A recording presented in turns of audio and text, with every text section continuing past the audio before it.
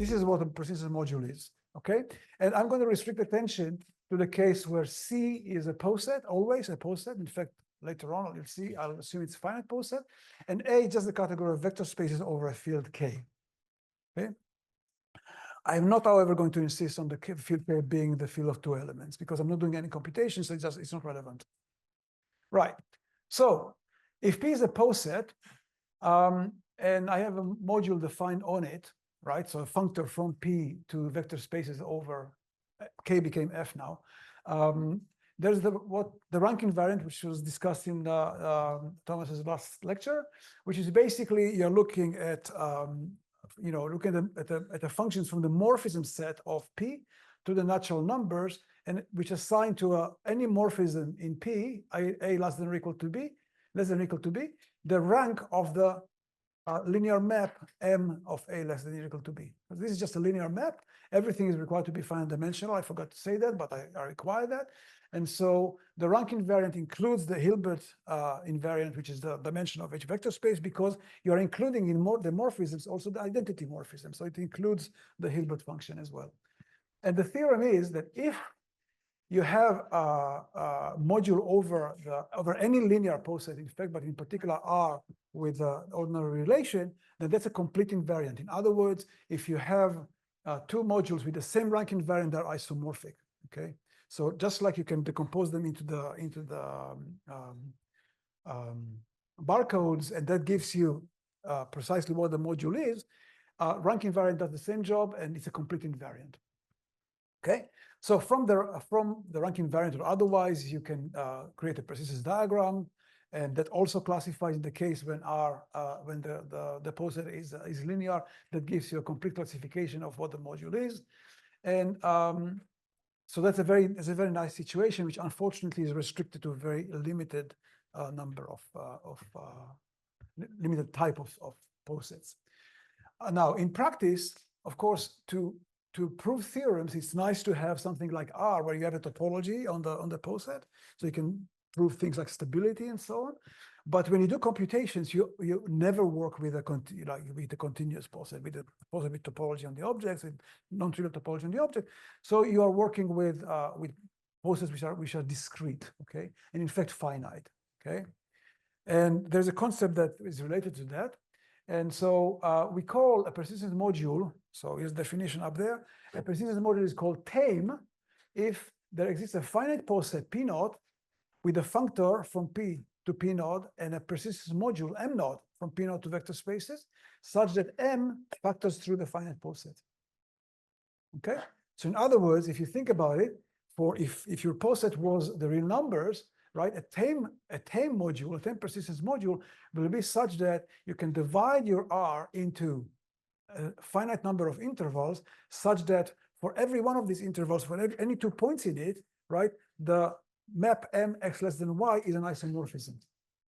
All right, that's a tame persistence module, and with those we can work easily, at least in the case of when the poset is linear.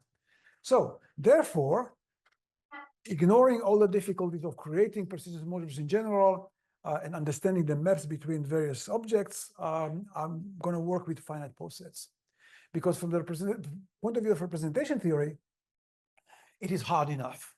Okay, so well, it's hard enough. It's so hard, in fact, that we are looking constantly for ways of dealing with it.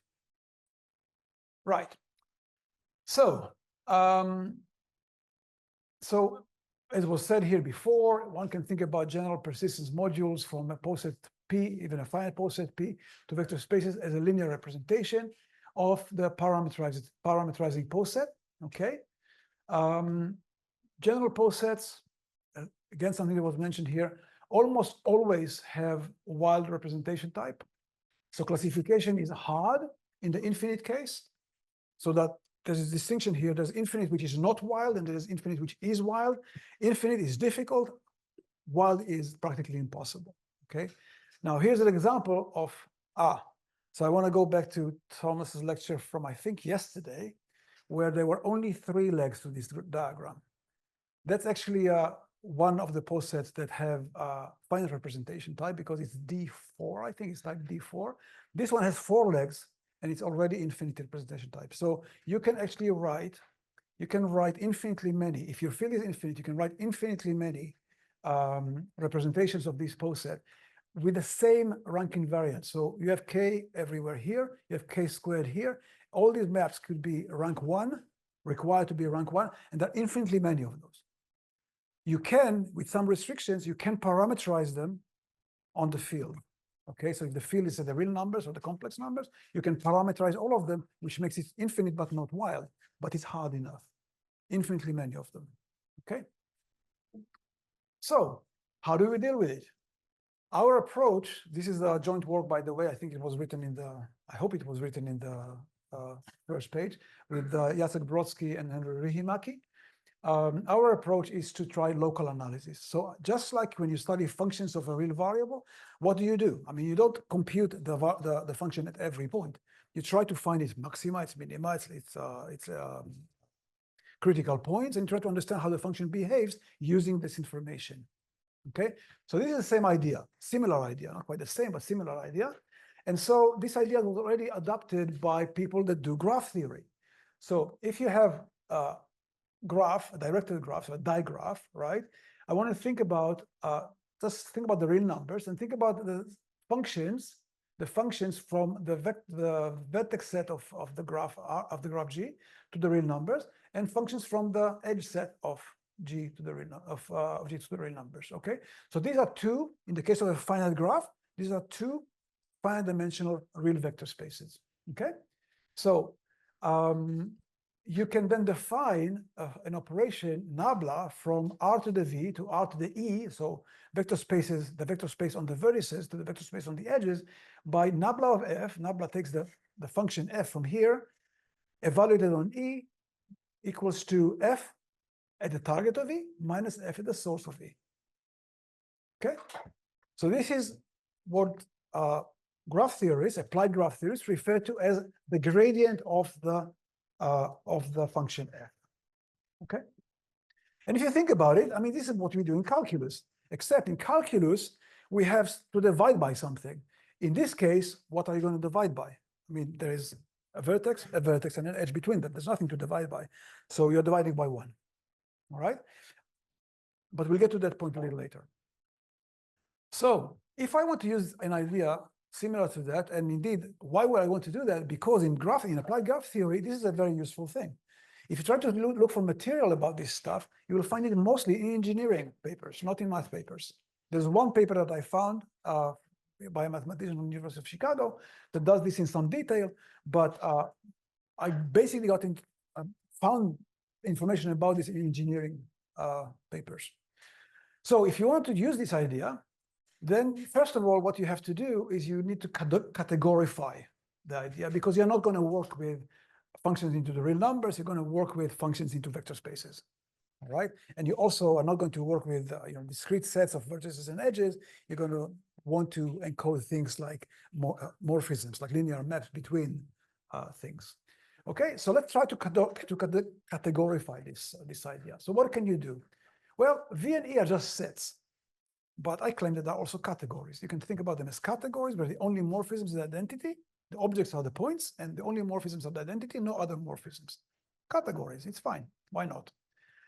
Then I have two set functions, phi and beta, from E to V, right? These are functors, because the categories are discrete, so there's nothing to prove here.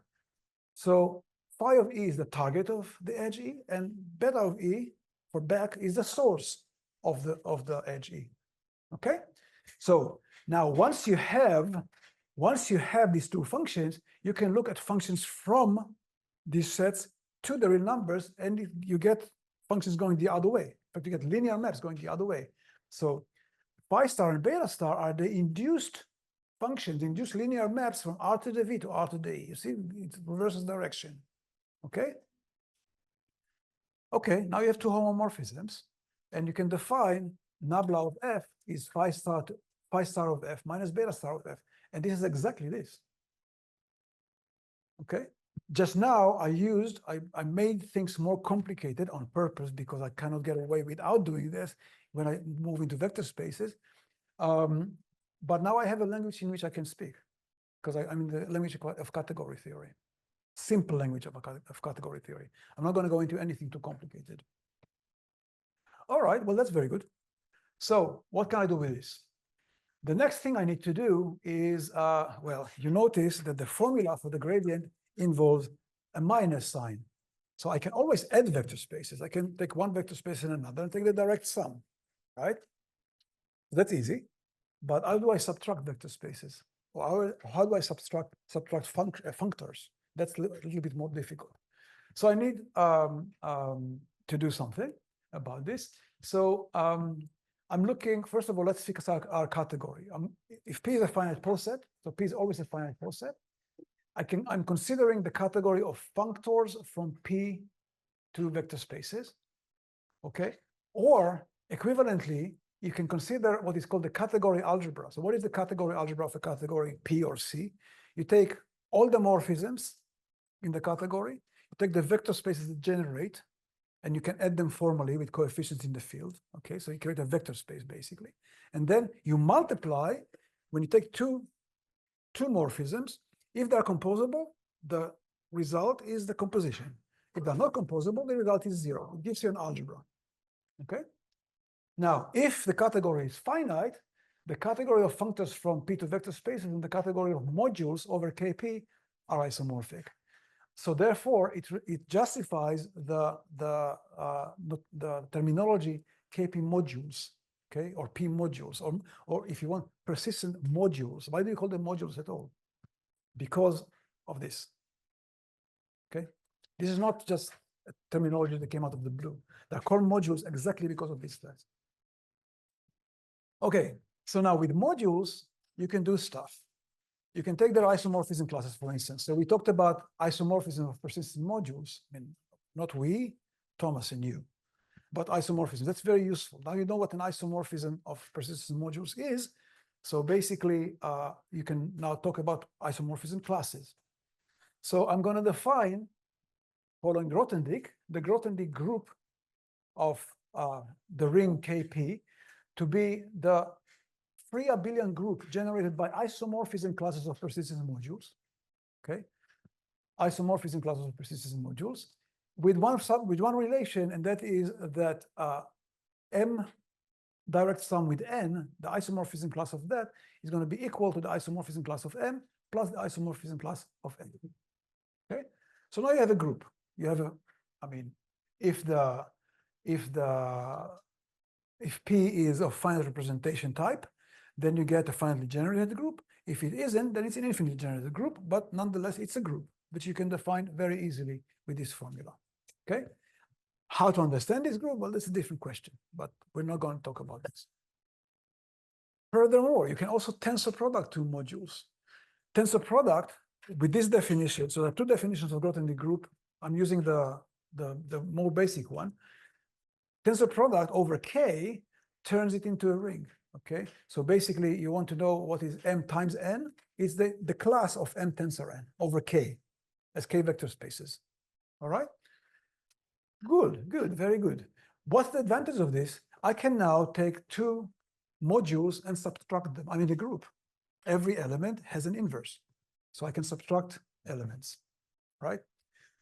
Now, final fact, if I have any functor from P prime to P, so an order preserving map, I'm talking about the language of posets, an order preserving map, then you get an induced functor going the other way from the Grothendieck group of Kp modules to the Grothendieck group of Kp prime modules. That's very good.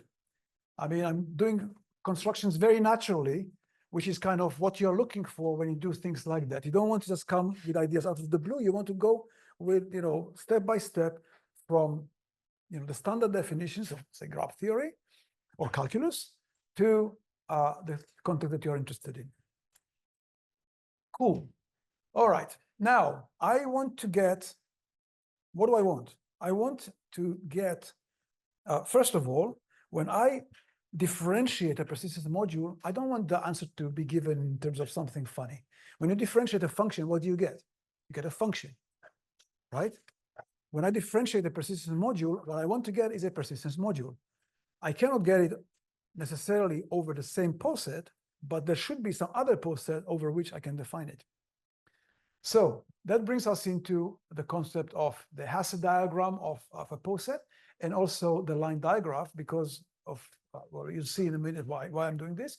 So the Hasse diagram of a poset is basically a graph, a directed graph, where the objects are the same objects as the poset, and the directed edges are the indecomposable arrows. Okay, indecomposable arrows. So if this is your Hasse diagram, right? It is your Hasse diagram. This is the full poset. So as you can see in here, there are no compositions. If you include all compositions, you get the full poset. So here's the poset P in red and pink, and here is the Hasse diagram. All right. Now, what is the Hasse diagram? The Hasse diagram represents exactly the minimal distance you can have between any two objects.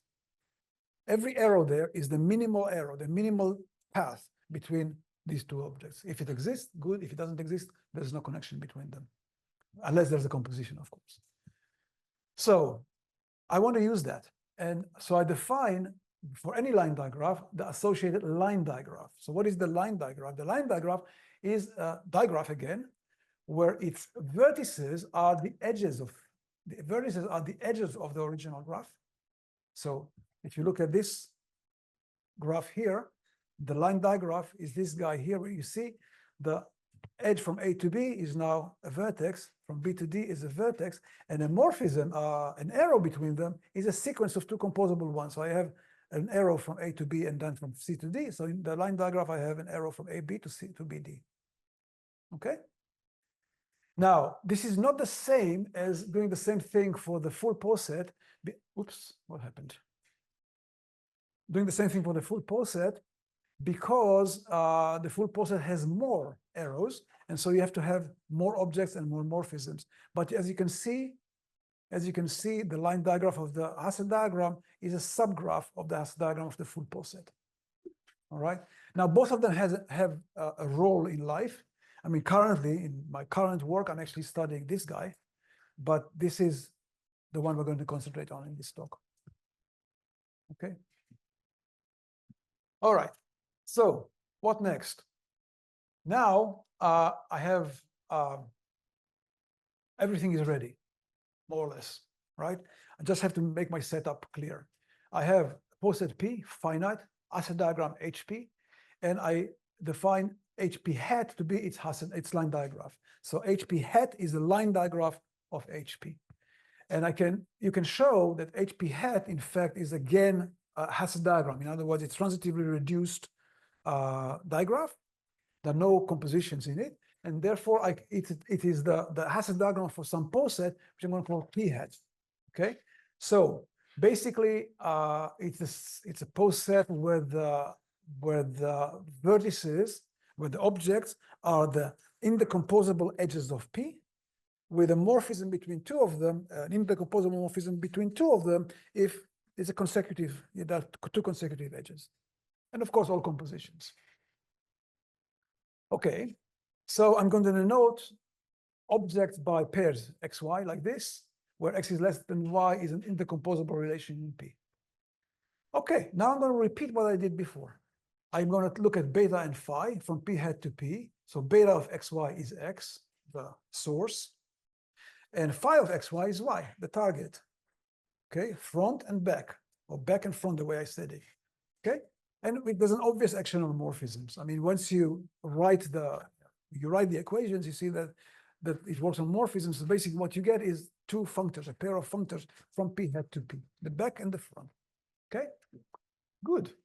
So now I go into my Grothendieck groups, and I have these induced morphisms.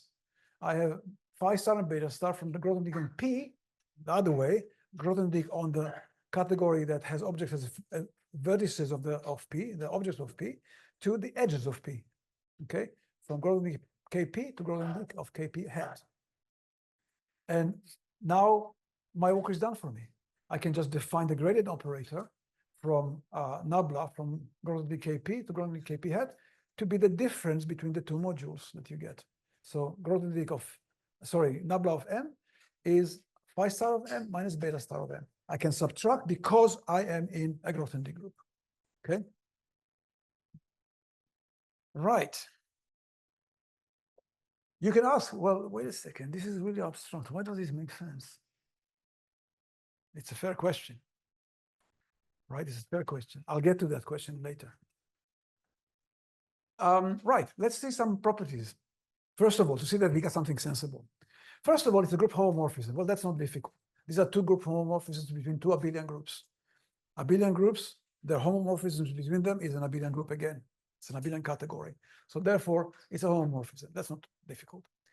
Another interesting thing is if the module is locally constant, what does that mean? Locally constant means that every morphism is transferred by M into an isomorphism of vector spaces. Okay? So in other words, all the vector spaces at every point are the same in dimension, right?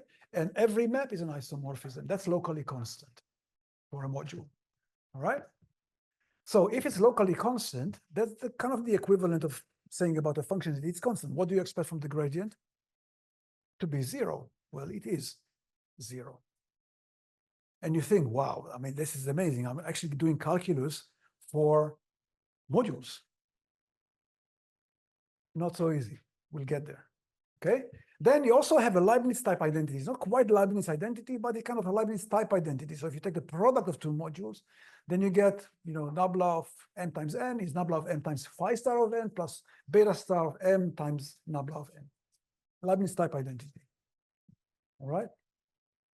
These are all very easy. These are very easy properties. You'll have to trust me on that. I don't give you any proofs, but you have to trust me that these are really the straightforward things to prove.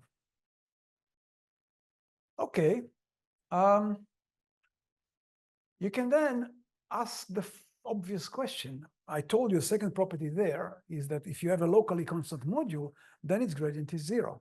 So you could ask, okay, so what happens if the gradient is zero? Do you have a locally constant module? For functions, the answer is yes. If you have a function whose derivative is zero, it's locally constant, right? Wherever the derivative is zero, over there you see a flat, a horizontal tangent. Okay. I need some preparation to answer this question. So if I have some subgraph of the Asset diagram, I can create a subposet of P. Okay. I mean, basically a subgraph of an Asset diagram is again an Asset diagram. So I can create a subposet of the original poset. I get a restriction functor from KP mod to KPG mod. Okay, always goes the other way. Get a restriction functor. Cool. So a restriction functor gives me a homomorphism between the respective Grothendieck groups. Okay, all very nice and natural. So we say that a module has a vanishing gradient on G if nabla of the restriction is zero. Okay, so in other words, I don't want it to be necessarily zero on the entire poset, but I'll just look at the subposet. It's a subposet, right, coming from the Asset diagram, and I want that to be I don't want that to be zero, and then I say then it has a vanishing gradient on the subposet G. Okay. One useful family you might like to look at is of subgraphs is trees, subtrees of your Asset diagram. Okay, that's a very useful, in general in combinatorics, a very useful family of graphs.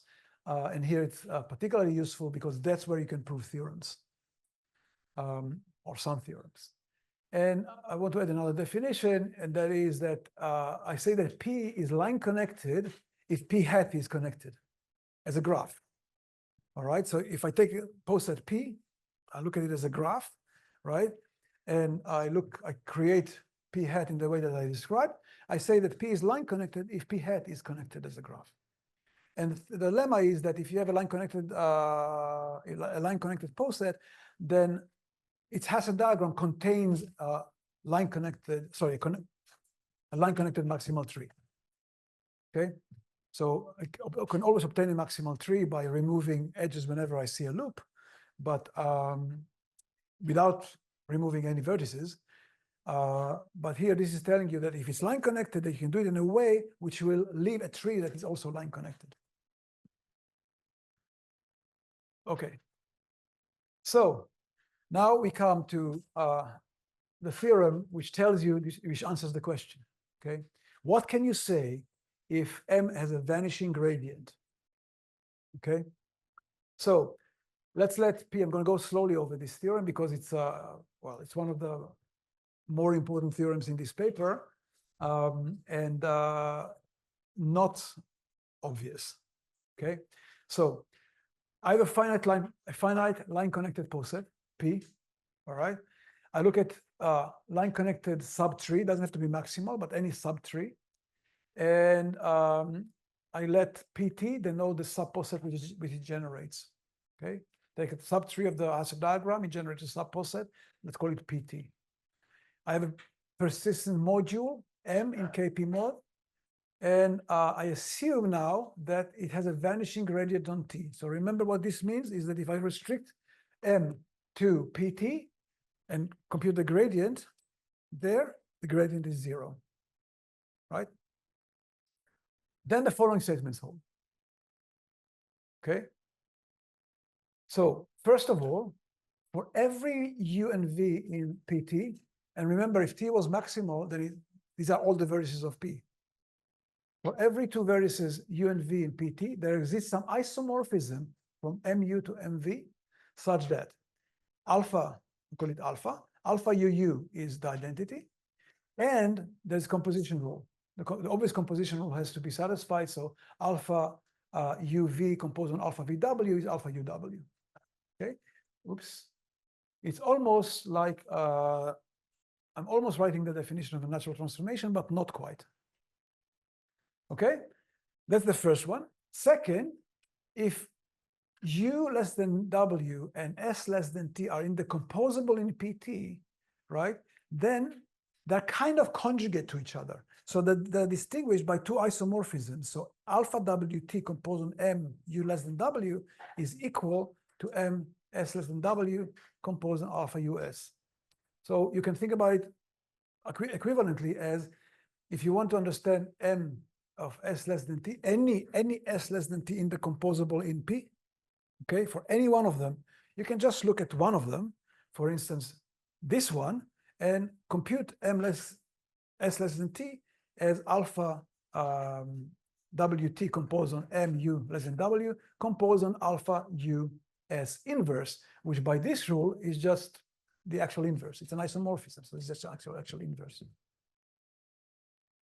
Okay, so they're conjugate in some sense, not exactly conjugate, but kind of morally conjugate. And then it follows immediately from 2, don't need to think much about that, that M T is locally constant if and only if one of those is an isomorphism. Because this identity tells you that if one of them is an isomorphism, all of them are. Right? So it's not quite true, and I'll show you an example later. It's not quite true that whenever you have a vanishing gradient, you have a locally constant module. But you can say something about it, which is kind of morally as close as you can think of to being that. So all the indecomposable morphisms are morally the same. So you can ask, of course, what about the other morphisms? Life is not simple. We'll get there. Okay, the theorem is not finished yet.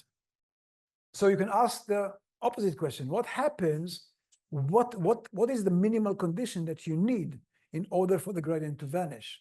So is that the best you can do? And the answer is more or less yes. So if M is a module that such that for any indecomposable relation U less than W in PT, there exists these morphisms, these isomorphisms, such that the collection of these morphisms satisfy 1 and 2. So 1 and 2, this 1 and 2 here. So basically, this is the important bit, okay? And also the composition rule. If that is satisfied, then basically, this is telling you that you have a natural transformation. So in that case, M is a vanishing gradient on T. So it's an if and only if condition.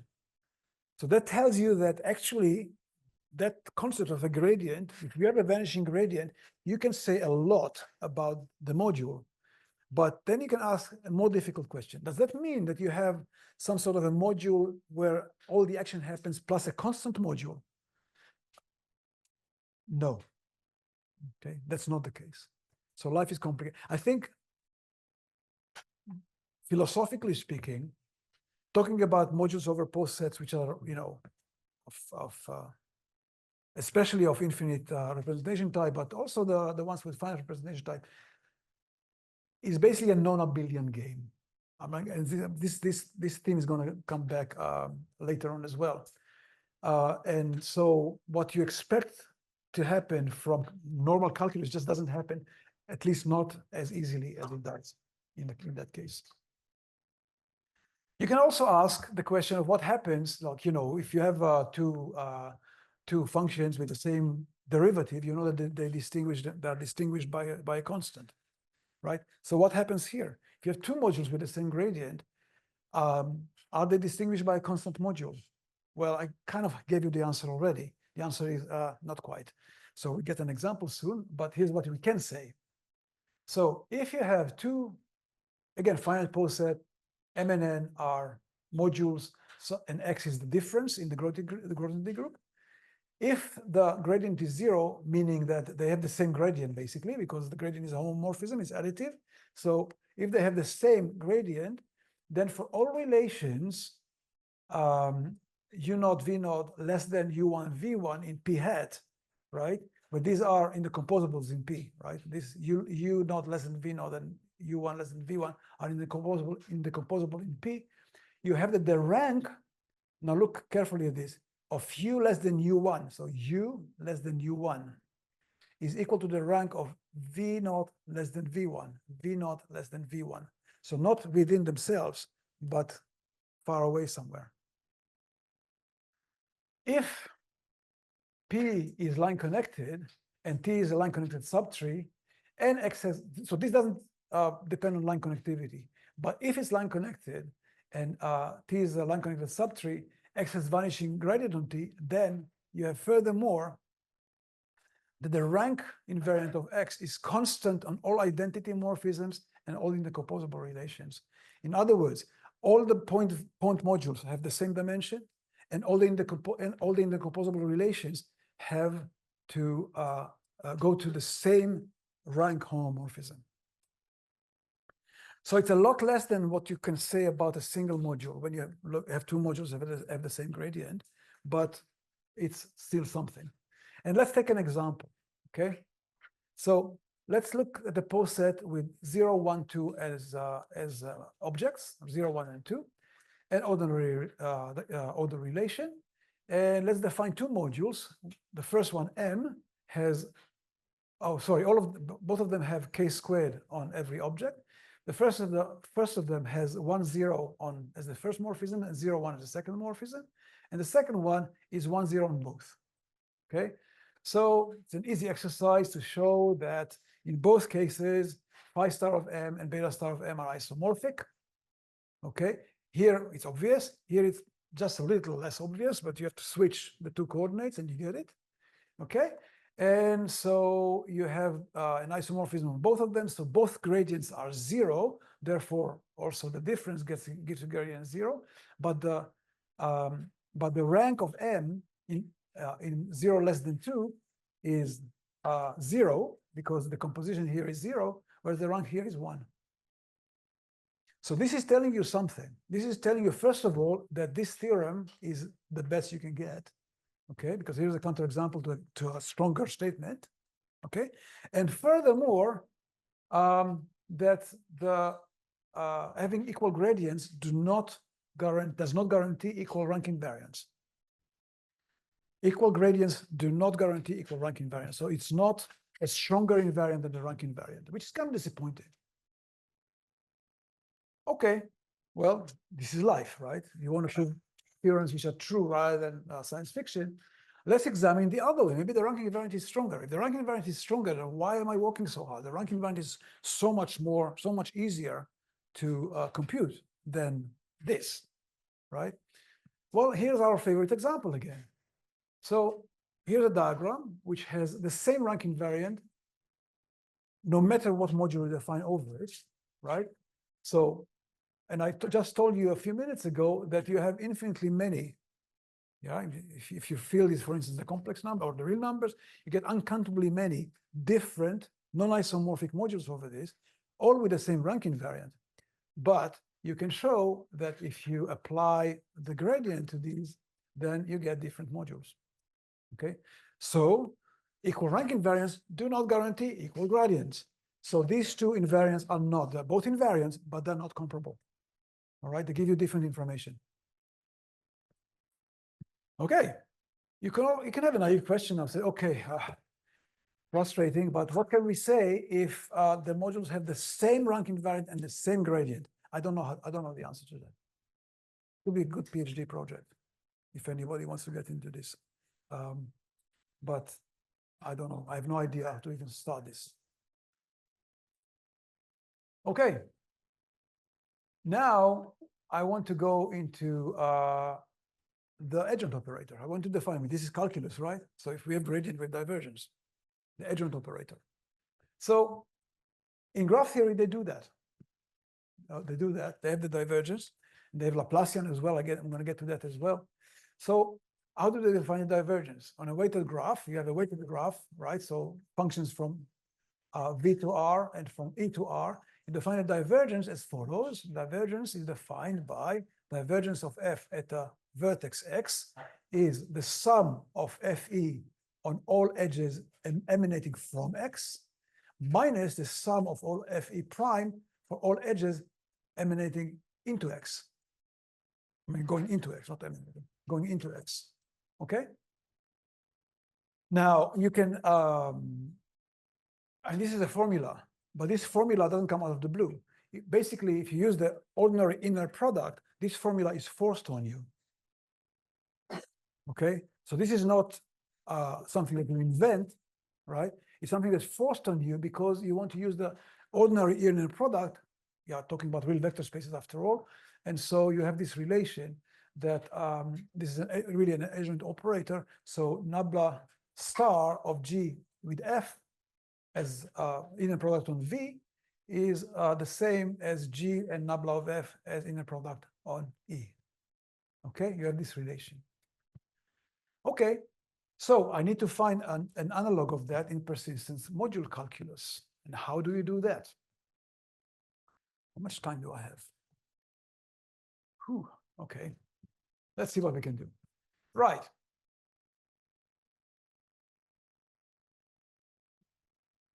Scary. What do I want to do? I want to look for adjoint. But remember, inner product is commutative. V dot U is U dot V. Why? Well, because adding and multiplying in the real numbers is commutative, right? But in real life, you know, when you work with vector spaces, for instance, the home or modules more generally, hom mn and hom nm is not the same thing, not even the same dimension. Okay, so what do? You think a little bit and you say, right, one is kind of commutative. So really, if I look at this relation, right, it's not really left adjoint, right adjoint. I can put both of them, both the nabla and the nabla star on the left or on the right, and it will be the same identity. So we call it the adjoint operator because in some sense it is an adjoint operator, but it's not left or right, it's both sides adjoint. But in my situation, I can do stuff similar to that, inspired by graph theory and quiver representation theory, but I need to be a little bit more creative. In other words, I have to consider the fact that maybe these operators phi star and beta star that I defined do not have a straight adjoint, which is both sides, but rather I could have two different adjoints. And indeed, this is the situation. So now get to the scary page back. Right. So I have nabla is the difference between phi star and beta star. That's the definition of nabla. These functors are, we call them restriction functors because they are induced by maps from p hat to p. So we call them restriction functors. And by general category theory, such functors have both left and right adjoints. They're called the left Kahn extension and the right Kahn extension. If you know anything about them, great. If you never heard of them, also great. It doesn't matter. The point is that you can, if you have a functor f from C to D, right? And you can look at, you can look at home. Now, what am I trying to say? You have a functor from C to D. If you have an adjoint from D to C, right? Basically, you have a certain condition that you can impose, and I'm going to talk about this in a minute, that you can impose on the mapping spaces between the morphism spaces or sets between the different objects, and you get an adjointness relation, you get an isomorphism. Okay, so these two functors, right, being restriction functors, have both left and right adjoints. So, and they go the other way, right? They go the other way. So from KP hat mod to KP mod. All right. So what do? I can now, instead of having one divergence, I'm going to have two divergence operators. I'm going to have a left divergence, which is the left Kahn extension of M minus the left Kahn extension over along phi of M minus the left Kahn extension along beta of M, and similarly a right divergence using the right Kahn extensions. Okay. Okay. And so now when I look at the home space in KP between KP mod between M and N, I define sort of an inner product, a bilinear but non-symmetric inner product. M and P is a dimension of home KP Mn. Okay, and I can extend that to all of the growth in the group by additivity. It's a group, and these are the generators I can extend. Okay, then I get two relations. This inner product, this home, right? Nabla upper star of y and x is the same over p is nabla, sorry, is y and nabla of x over p hat. And similarly, on the other direction, I have the right Kahn extension defining the right divergence, having x nabla lower star of y equals to nabla x multiplied with y. So I have two divergence relations, two adjoint relations. Okay? And now we can say, really, you told us that the gradient makes sense and you didn't explain why it does. Now you're telling us that this makes sense and you don't tell us why it does. So it's time for me to justify myself, I think. So let's do that. What can you do? Why does it make sense? All right. So I already gave you a little hint by telling you that you can consider V and E as categories, these sets of vertices and edges as categories, discrete categories with no morphisms except for identities. Okay, so suppose that I replace modules now by functions with integer weights. Okay, I can turn all of this into a perfectly nice categorical setup. If I do that, our definition of the gradient coincides with the classical definition. You can kind of see that, right? Instead of doing the working over the real numbers, I work over the natural numbers or the integers, if you wish, right? And suddenly our definition of the gradient coincides with the classical definition. You kind of saw that when I made the definition. It's harder to see when you're talking about the left and right Kahn extension. Okay, but in this case, it's actually quite straightforward if you think about it. Okay, so now you take a categorical setup and you try to define the left and right Kahn extensions of phi star and beta star. Okay, in that setup where you have discrete categories with no morphisms and all that. And it turns out that they coincide. The left and right Kahn extensions for both of them, sorry, for each one individually. So the left and right Kahn extension for phi star and the left and right Kahn extension from beta star coincide. Therefore, in this context, right, the left and right divergence operators are the same. Okay, they are the same because, well, you can define them by left Kahn extension or by right Kahn extension. It's the same thing. Furthermore, they coincide with the classical definition.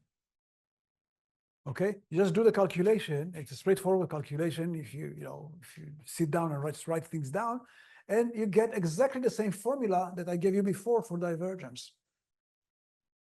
All right. So that's pretty encouraging. And then you ask yourself, okay, why is this working? And the answer is very simple. Again, I mentioned commutativity. This theory, the theory that we've been developing here, is non-commutative. Whereas if you just work with the real numbers, everything is commutative. If you work with functions into a field, everything is commutative. Okay, inner product is commutative. So basically, oh yeah, I didn't say that. So the last bullet point here. So because the left and right divergence operators coincide, if you look at the home pairing that I defined, right, that gives you the ordinary inner product of dimension vectors. Okay, so that's even better. So in fact, even the pairing, which is defined by inner product, right, coincides here with the thing that I've been defining. So it's I don't know if it's the only generalization of the theory for graphs, but it's a generalization, which I can justify by reducing it to the context of graphs and getting basically the same results. Okay. But now you can ask, all right, so that's very interesting, but what does it do for us? What does divergence actually do for us? So we need to do a little calculation. I'm going to give you an example as simple as I can get, which is not completely trivial. Consider this poset. Okay, so I have 5 objects, right? And 4 arrows in the asset diagram. So this is the asset diagram. If I didn't want the asset diagram, I need to do the compositions here and here and here and here, right? So basically, I will get the associated p hat, right? Associated p hat is this, right? And so here's the poset asset diagram and the line diagram of it, right? And so now, if I look at to define, I did not define the left and right Khan extensions, but they involve things called the over categories and under categories, etc. I'm not going to get into this. This is category theory of the type that I don't know. Probably some of you are not familiar with. Maybe all of you. I don't know. Probably some of you are. But I don't want to get into this. It's going to take too long. It's too technical. I can compute these things. So you'll have to trust me if you don't know this. And if you do know these sort of things, you can just do these calculations very easily yourself. I want to calculate the left Khan extension and then the right Khan extension at the point 0. So I start with a module over this guy, and I'm going to create a module over this guy, right? And I want to evaluate this module at the point 0.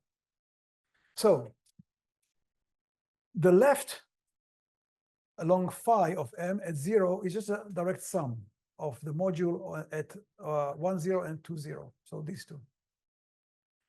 The left over along beta, well, see, the point is that this category, beta over 0, is isomorphic to p hat. It's isomorphic to this.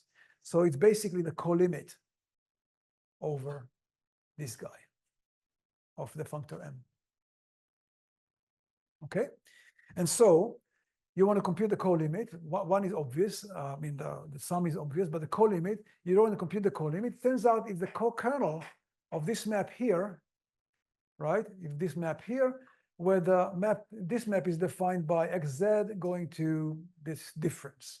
And where this mxyz stands for m of xy minus, xy less than yz, just for short, okay?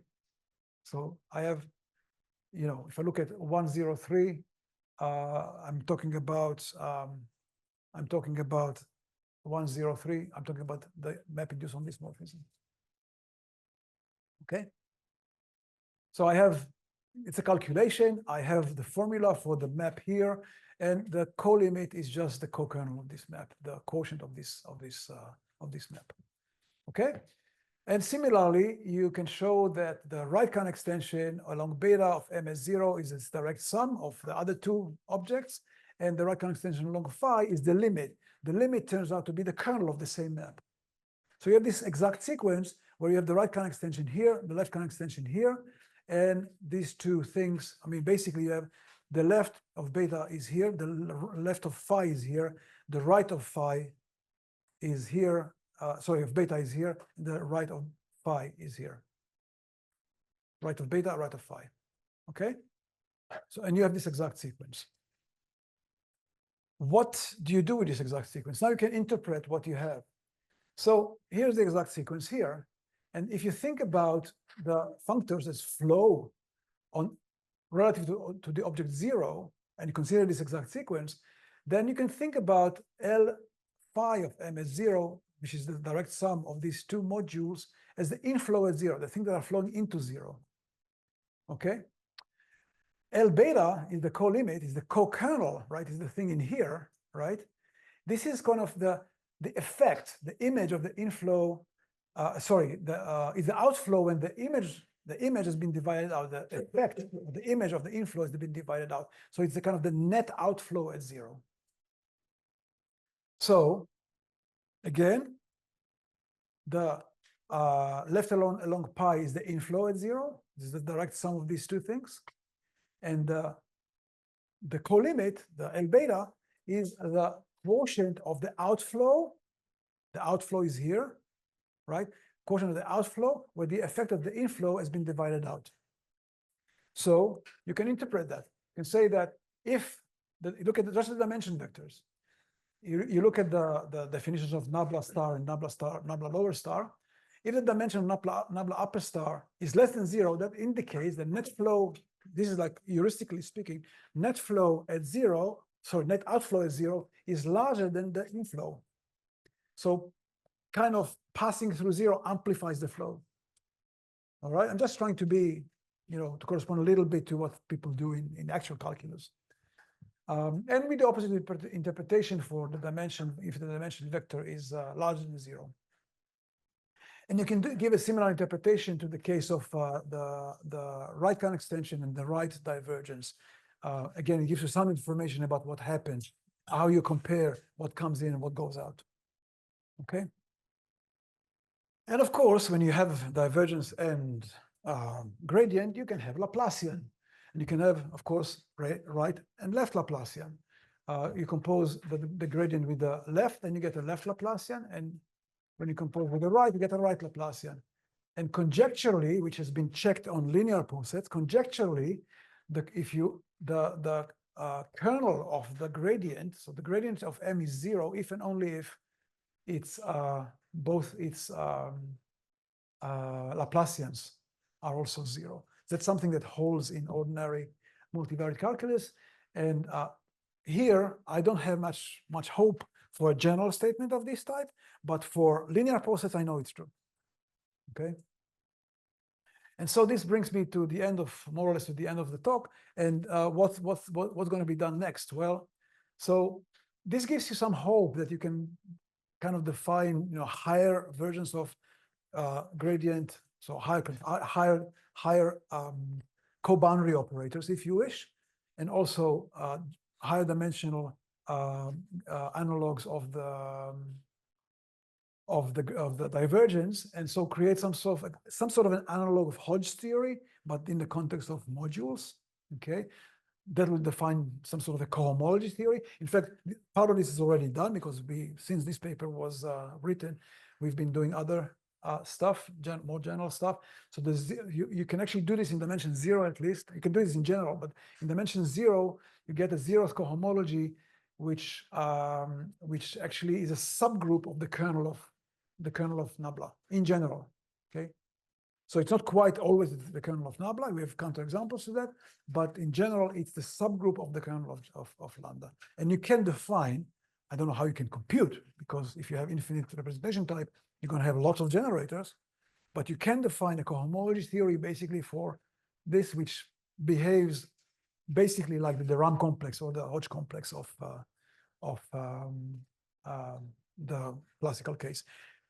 We don't have a Hodge theorem as yet, or an analog of Hodge theorem. Again, we don't expect it to be exactly like the normal Hodge theorem, which tells you that you can compute the cohomology by means of the Laplacian, but we hope that we're going to get some sort of version, an analogous version in this context of Hodge's theorem.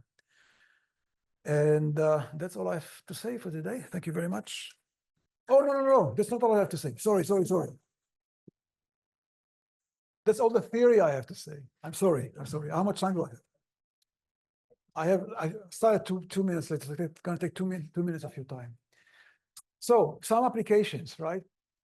Ladder modules. Ladder modules are typically, if I think if n is larger than 5, larger or equal to 5, you have in ladder modules you have wild representation type.